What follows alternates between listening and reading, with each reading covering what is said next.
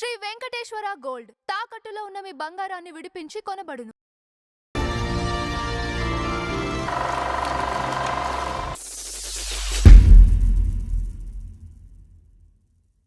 నమస్కారం నందం హరిచంద్ర గారు. నమస్కారం అంజబాబు గారు. గుణశేఖర్ గారు బాలరామాయణం సినిమా టైంలో అప్పటికే ఆయన 2 సినిమాలు తీసున్నారు. అవును. ఒకటి లాఠీ, 2 సొగసు చూడతారమ్మా. లాఠీకి బెస్ట్ డైరెక్టర్ గా నంది అవార్డు వచ్చింది.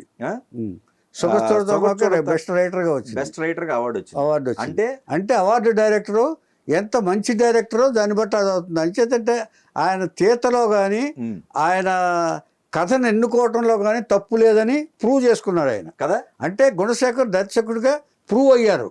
దర్శకుడుగా రైటర్గా సొగసు చూడతరమో చాలా బాగా తీశారని అప్పట్లో చెప్పుకున్నారు ఆయన్ని.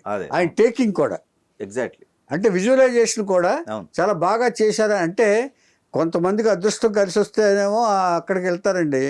ఇలాంటి వాళ్ళు చాలా సబ్జెక్ట్ ఉన్నవాళ్ళు, ఈ గుణశేఖర్ లాంటి వాళ్ళందరూ సబ్జెక్ట్ ఉన్నవాళ్ళు. అంటే ఒక సీన్ని ఎలా ప్రజెంట్ చేయాలో కూడా ఎంత డిఫరెంట్గా ప్రజెంట్ చేయాలో ఆలోచించేవాళ్ళు గుణశేఖర్ లాంటి వాళ్ళు. ఖచ్చితంగా. అందుకనే ఆయన సబ్జెక్ట్స్ చూడండి మీరు. రుద్రమదేవి మనం తీసిన ఆయన గోనగన్నారెడ్డిని కూడా మిక్స్ చేసి ఎంత బాగా తీశారో కాకతీయ సామ్రాజ్యాన్ని. అలాంటి సబ్జెక్ట్స్ తీయాలంటే ఆయనే కరెక్ట్. అలాంటి వాళ్ళు మహేష్ బాబు గారి కెరీర్ లో ఒక్కడు ఎంత డెప్త్ తో తీశారండి ఆయన. లైఫ్ ఒకళ్ళ చెప్పాలంటే మహేష్ బాబు గారికి నచ్చిన సినిమా ఒక్కడు టర్నింగ్. అవును. అయితే ఈ ఫస్ట్ 2 సినిమాలతో అంత పేరు వచ్చింది కదా ఆయనకి. ఈ 3వ సినిమా అప్పుడు ఎంఎస్ రెడ్డి గారు డౌట్ ఏమైనా ఎక్స్ప్రెస్ చేశారు. చెప్తాను. 3వ సినిమాకి ఆయన ఏమనుకున్నాడంటే, అంటే ముందు చెప్పాల్సింది ఆయన ఆలోచన విధానం గురించి చెప్పాలి నేను. ఫస్ట్ లాఠీ, గుణశేఖర్ గారిది లాఠీ సబ్జెక్టు రాసుకున్నాడు ఆయన. రాసుకుని తీశారు, దానికి అవార్డు వచ్చింది. నెక్స్ట్ సొగసు చూడతరమా అని ఒక టిపికల్ సబ్జెక్టు తయారు చేసుకుని వేశారు. 3వ సినిమాను కూడా ఈ మోసలోనే ఆలోచించవచ్చుగా, ఆలోచించాల. ఆయనకి ఎందుకో రామాయణం తీస్తే ఎలా ఉంటుంది, అది పిల్లలతో తీస్తే ఎలా ఉంటుందని ఒక ఆలోచన వచ్చింది.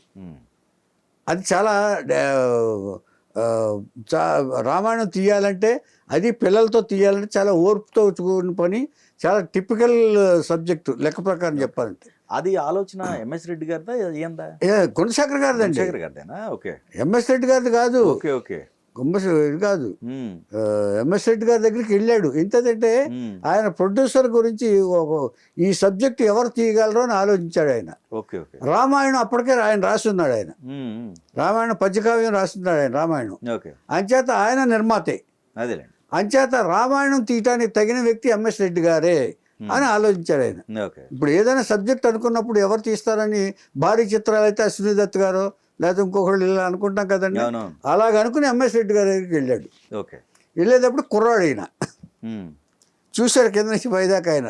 ఎంఎస్ రెడ్డి గారు చూసిన తర్వాత, నేను ఇలాగా పిల్లల మీద రామాయణం తీద్దాం అనుకుంటున్నాను అని చెప్పాడు ఆయన. నువ్వు కుర్రాడు కదయ్యా, నీకు రామాయణం తీసేంత అనుభవం ఎక్కడుంది అని అన్నాడు గబుక్కున్నాను. అయినప్పటికీ, సార్ నన్ను నమ్మండి, నేను సబ్జెక్ట్ విన్న తర్వాత మీరు అప్పుడు కూడా మీరు అలా ఫీల్ అయితే నేను వేరేగా చూసుకుంటాను సార్ అని చెప్పాడు. నేను వింటాం కాదు, కవులు పిలుస్తా, పండితులు పిలుస్తా, వాళ్ళని ఒప్పించు, నీ రామాయణం ఎలా రాసుకున్నావో ఎలా తీస్తావో అని చెప్పి అని గుంటూరు శేషేంద్ర శర్మ, మాలకొండయ్య గారు లాంటి కవుల్ని 20 మందిని పిలిచాడు ఆయన. 20 మందిని చుట్టూ కూర్చోబెట్టి ఇప్పుడు చెప్పండి అన్నాడు ఆయన. కాదండి, ఇక్కడ రామాయణం అనేది ఆల్రెడీ తెలిసిన సబ్జెక్టే కదా. కాదు కదా, బాలరామాయణం ఎలా తీస్తారండి? అది కాదు, అదే వచ్చిన చిక్కు. అసలు రామాయణం అంటే బాలరామాయణం ఎలా డీల్ చేస్తాడు ఈయన, అది తెలియాలి కదా. కథ ఒకటే ఉంటుంది, స్క్రీన్ ప్లే చాలా మారుతుందండి అది. రాముడు అంటే రాముడు, రావణుడు ఎత్తుకెళ్ళాడు, ఇది కాదండి కథ అంటే. రామాయణం అంటే ఎన్ని విధాలుగా చెప్పొచ్చు. ఎలా స్టార్ట్ చేస్తాడు, ఎలా ముగిస్తాడు అనేది కూడా చాలా ఇంపార్టెంట్. తర్వాత పిల్లలతో ఎలా డీల్ చేస్తాడు, పిల్లల సైకాలజీ ప్రకారం సీన్లు ఉండాలి. పైగా ఎన్టీఆర్ ఈ జూనియర్ ఎన్టీఆర్ ముందు రాలా, అదే ముందు సబ్జెక్ట్ అండి, సబ్జెక్ట్ అదే మీరు ఆర్టిస్టుల దాకా వెళ్తున్నారు. ఓకే మీరు తెలిసిన కథ చెప్పొద్దు. ఓకే ఓకే ఇప్పుడు నేను చెప్పేది అంత ముందు జరిగిన కథ. అదేలే ఓకే కథలో ఉన్నాం. ఉండే పండితులు అందరూ కూర్చున్నారు. తను ఏమనుకున్నాడో నిర్దిష్టంగా చెప్పాడు ఆయన. ఆ ఫస్ట్ సీన్ దగ్గర నుంచి ఇలా టేక్ ఆఫ్ చేస్తున్నాను, నేను ఇలా రాముడిని అనుకుంటున్నాను, ఇలా పాత్రలు అనుకుంటున్నాను, ఇలా అనుకుంటున్నాను అని చెప్పి అన్నీ చెప్పాడు. పండితులందరూ ఇంప్రెస్ అయ్యారు. ఆయన చెప్పే విధానం చూస్తుంటే ఈయన తప్ప ఇంకెవరో తీయలేరన్నంత భావన కలిగింది మాకు అని చెప్పి పండితులందరూ, గుంటూరు శేషేంద్ర శర్మ లాంటి, మాలకొండ గారు లాంటి ప్రముఖులందరూ ఎంఎస్ రెడ్డి గారికి చెప్పారు. అప్పుడు ఆయన ఎంఎస్ రెడ్డి గారు కూడా విన్నారు కదా, ఆయనకు కూడా ఒక నమ్మకం వచ్చేసింది. పండితులతో పాటు ఆయన కూడా కవి కదా, కవి పండితుడు ఆయన. వచ్చేటప్పటికి వచ్చారు. ఇక ఆర్టిస్టులు ఎవరు, మిగతా ఆర్టిస్టులు అందరూ ఈ గుణశేఖర్ గారు చెప్పారు ఒక్క హీరోనే సెలెక్ట్ చేయలే. ఆ హీరోని సెలెక్ట్ చేయాలనుకున్నప్పుడు ఇలా జరుగుతున్నప్పుడు అప్పుడే జూనియర్ ఎన్టీఆర్ నాట్యం నేర్చుకుని ఒక అరంగేట్రం ప్రదర్శన రవీంద్ర భారతిలో ఇస్తున్నాడు. ఇస్తుంటే అప్పుడు ఎంఎస్ రెడ్డి గారు వెళ్ళారు. గుణశేఖర్ సెలెక్ట్ చేయలే జూనియర్ ఎన్టీఆర్, ఎంఎస్ రెడ్డి గారు వెళ్ళారు. ఎంఎస్ రెడ్డి గారు వెళ్తే ఆయన హావభావాలు జూనియర్ ఎన్టీఆర్ నాట్యం అంటేనే అంతే కదా, హావభావాలతో కూడుకున్నదే కదా, నాట్యము లాస్యము ఇవన్నీ ఉంటాయి కదా. అయ్యేటప్పటికి చూశాడు ఆయన. చూసేటప్పటికి కుర్రాడు చాలా బాగున్నాడే అని గుణశేఖర్ గారికి చెప్పాడు ఆయన. సెలెక్ట్ చేసింది ఎంఎస్ రెడ్డి గారు హీరోని. మిగతా ఆర్టిస్టులన్నీ ఎంజాయ్ చేసేసుకున్నా హీరోని సెలెక్ట్ చేసింది ఆయనే. ఆయన చేసి గుణశేఖర్ గారు చెప్పిన తర్వాత తీరా చూస్తే ఆయన హరికృష్ణ గారి అబ్బాయి అని తెలిసింది. అప్పటి వరకు తెలియదు. ప్రదర్శనకి వెళ్ళాడు అంతే ఆయన, డాన్స్ అంటే వెతుకుతున్నారు. అప్పుడు వెతుకుతుంటే చిన్నపిల్లలు నృత్య ప్రదర్శన అనగానే వెళ్ళారు ఆయన. వెళ్ళేటప్పుడు జూనియర్ ఆర్టిస్ట్ అని సెలెక్ట్ చేశారు.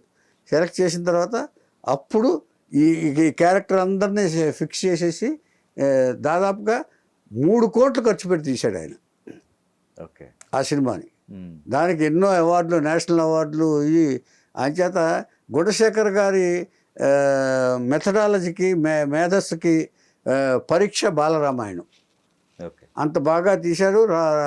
ఎంఎస్ రెడ్డి గారికి కూడా బాగా నచ్చింది. దానికి ఇది కూడా సబ్సిడీలు కూడా ఇచ్చారు బాగా. ఇది గుణశేఖర్ గారి టెస్ట్ మనీ అది బాలరామాయణానికి. అంటే ఆయన తీసిందో లాటి సొగసు చూడతారమ్మా, రామాయణం ఎలా తీస్తాడు, అది ఆ డౌట్ ఉంటుంది. ఆ డౌట్ క్లియర్ చేసుకున్నారు. అంటే ఒక్కొక్క దర్శకుడికి అప్పుడప్పుడు పరీక్షలు ఎదురవుతాయంటానికి ఇది కారణం. అంచేత మనం అందరినీ తక్కువ అంచనా వేయకూడదండి. ఏ దర్శకుడిని తక్కువ అంచనా వేయకూడదు. ఆయన విజువల్లో ఆయన మైండ్లో ఉంటుంది. ఆయన విజువల్ చూసిన తర్వాతే కదా మనం సెలెక్ట్ చేసేది, మనం డిసైడ్ చేయాల్సింది ఆయన గురించి. అంచేత ప్రతి దర్శకుడిలోనూ ఒక రెండో ఇది ఉంటుంది, కోణం. అంచేత దర్శకుడు అన్న తర్వాత అన్ని జోనర్స్ ఆలోచిస్తాడు. దానికి ఉదాహరణే గుణశేఖర్ గారు. ఆ తర్వాత ఆయన తీసిన సినిమాలన్నీ కూడా మీరు చూసుకుంటే ఒక టైపు, ఆ తర్వాత మృగరాజు ఒక టైపు, అర్జున్ ఒక టైపు, ఏమండి సైనికుడు ఒక టైపు. ఎన్ని జోనర్స్ తీశాడండి ఆయన. మహేష్ బాబుతోనే తీసి మొన్న లాస్ట్ ఈ సినిమా అసలు ఎంత యూఫోరియా ఎక్సలెంట్ గా ఉంది. Euphoria excellent cinema. అది ట్రూ ఇన్సిడెంట్ తీసుకొని వాళ్ళే నడిపారండి. అది కానీ అది సక్సెస్ కాలేదు పాపం. మంచి పేరు వచ్చిందండి. మంచి సినిమా అండి, అది మంచి సినిమా నో డౌట్. పైగా భూమిక గారు ఏమండి. అలాంటి దర్శకుడు గుణశేఖర్ గారి జీవితంలో జరిగిన ఒక సంఘటన. అంచేత ఒక్కోసారి పరీక్షలు కూడా మంచిగా జరుగుతాయి. గుణశేఖర్ గారి మేధస్సుకు పరీక్ష అది. అంచేతంటే ఒక విషయం చెప్పాలి, 20 మంది పండితులు ఆయన దర్శకుడిగా యాక్సెప్ట్ చేశారంటే అది ఆ జీవితంలో జరిగిన సంఘటన. కరెక్ట్. 20 మంది కవి పండితులు అంత గొప్పతనాన్ని మూట కట్టుకున్నాడు ఈయన గుణశేఖర్ గారు. అంచేత అదొక గొప్ప సంఘటన గుణశేఖర్ గారి జీవితంలో.